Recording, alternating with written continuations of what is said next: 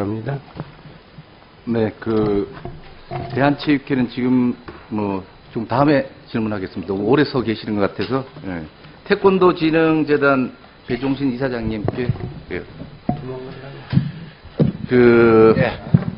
이사장님, 단증 있으세요? 태권도? 단증 없습니다.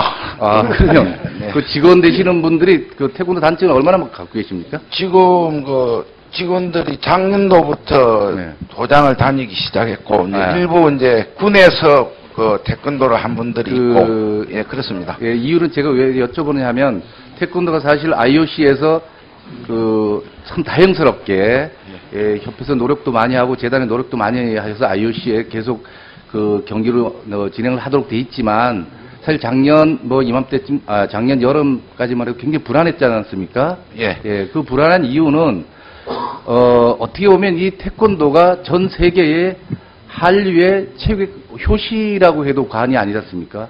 예. 전 세계에 태권도가 다 퍼져 있고, 거기 복장이나 모든 도구 같은 것들이 우리 제품으로 나간다고 하면 얼마나 우리 또 경제적으로 도움이 되겠습니까? 예. 그러나 내용 중에 보면 다이내믹한 것 같지만 어찌 보면 저희가 봐도 이 규정 규칙을 잘 모르겠어요. 이게 어디를 맞아야 점수가 올라가는지, 그게 사실 재미를 못 느끼기 때문에 결국은 모든 전 세계 스포츠인들이 봤을 때에 이 눈높이는 비슷한 것 같습니다. 이 재미를 느끼고 승패가 결정나는 것도 명확히 알아야 되는 어떤 그런 부분이 좀 부정확하기 때문에 오히려 좀 그런 어떤 이유가 많이 있었지 않나 이제 싶습니다.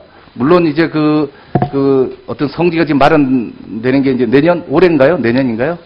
예. 구조물은 6월에 준공이 되고, 개원은 내년 3월에 합니다. 그래서 제가 왜 단증을 여쭤보느냐면, 적어도 이쪽 태권도 재단이나 이런 협회에 근무하시는 분이면 태권도에 가는 길을 좀 아시면 아무래도 그 발전이 더 있지 않겠나, 그런 쪽으로 오히려 그래야 그 선수들이나 태권도 관련돼서 많은 어떤 이의 제기도 할 수 있고 어떤 발전이 더 있지 않겠어요?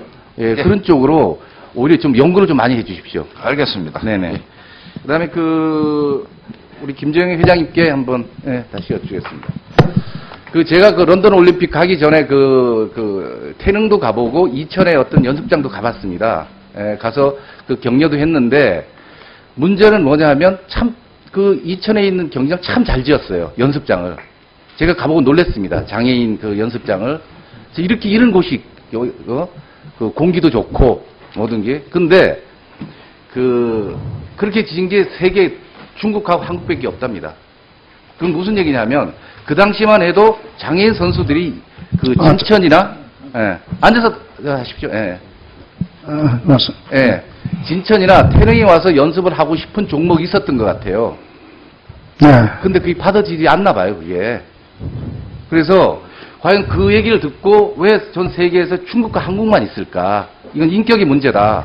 저는 처음에 가서 굉장히 기쁜 마음으로 갔었는데, 돌아오면서 이게 장애인과 비장애인이 연습하는 곳이 틀리구나. 물론 다를 수도 있어요, 종목에 따라.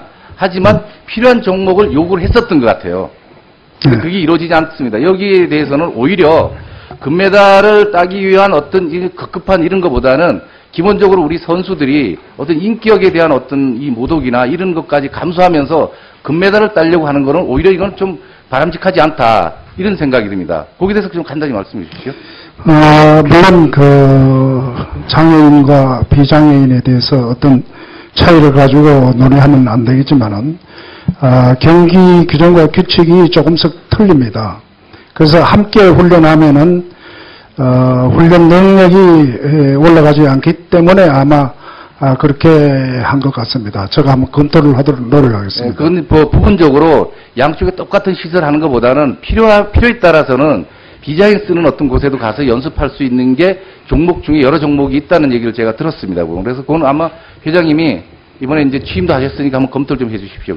네, 검토하겠습니다. 거기서 덧붙여서 사실은 금메달을 이번에 런던에서 5위까지 입상을 하고 공항에 축하를 받아야 되는데, 사실은 어떤 경기 규칙이나 이런 여러 가지 오해 때문에 사실은 체육회장님이나 어떤 축구협회 회장을 굉장히 좀 박수를 받지 못한 것에 대해서는 안타깝습니다. 그 부분이. 결국 그런 부분도 어떻게 선수에 대한 어떤 심판, 이런 어떤 그런 게 글로벌 시장에서 인정받을 수 있는 이런 지도자 양성이 절대적으로 필요한 시기라고 봅니다. 오히려 네. 선수의 금메달 따는 것만 채찍할 게 아니라 그 감독을 할 수 있는 그런 어떤 그 체육인들 양성하는 게 어찌 보면 더 급할 수도 있는 거라고 생각이 듭니다. 그런 쪽에 좀 만전을 기해 주십시오. 그렇게 하겠습니다. 네. 그다음에 우리 고학찬 이사장님께 좀 여쭙겠습니다. 그동안 현업에서 이 예술 쪽에 평생을 몸담아 보신 분이라 아마 잘 예술의 전당을 이끄시라고 기대를 좀 많이 하고 있습니다. 하나 예술의 전당이라고 하면 왠지 이렇게 좀 문턱이 높은 것 같아요. 일반 사람들이 봤을 때. 과연 우리 대한민국 사람들이 예술의 전당에 공연을 보러 얼마나 갔을까? 보러 간 분이 계속 반복적으로 가는 거죠. 예. 그렇습니다. 그래서 오히려 좀 문턱을 낮춘다는 거는 때로는 어떤 가장 큰 그 입장료 금액이 한 어느 정도 되죠? 입장료. 입장료가 상황에 따라 틀리겠지만. 그런데 10,000원, 20,000원부터 시작해서 20만 원, 30만 원. 네, 그러니까 하여간 10만 원 이상 되면 예, 일반 예. 사람이 사실은 가고 싶어도 못 가고 자식이 예를 들면 음악 어떤 이런 전공을 한 친구, 무용을 전공한 친구가 있어도 가보고 싶어도 사실은 그런 예산 때문에 못 가는 경우가 많이 있습니다. 그래서 앞으로 그런 예술인을 키우기 위한 그런 사람들에 대해서는 오히려 그 주위에 있는 이런 분들에 대한 어떤 문턱을 좀 낮춰서 금액을 좀 낮춰서라도 많이 좀 보게 하는 이런 어떤 부분이 필요하지 않나. 어떤 그런 측면에서는 오히려 새로운 아까 말씀하셨지만 한류의 이런 새로운 관광지로도 또 발돋움할 수 있고. 네네. 그러니까 너무 그게 눈높이가 높아지면 점점 멀어지지 않겠습니까? 그렇습니다. 그런 부분에서 아마 이번에 사장님이 좀 그런 걸 문턱을 낮춰서 우리 시민들이 아주 자주 찾아갈 수 있는 이런 곳으로 만들어 주셨으면 좋겠습니다. 거기에 예. 대해서 한 말씀 해주시면. 예, 지금까지 제가 14대 사장입니다. 그 전까지는 제작 현장에 계시던 분들은 별로 없었습니다.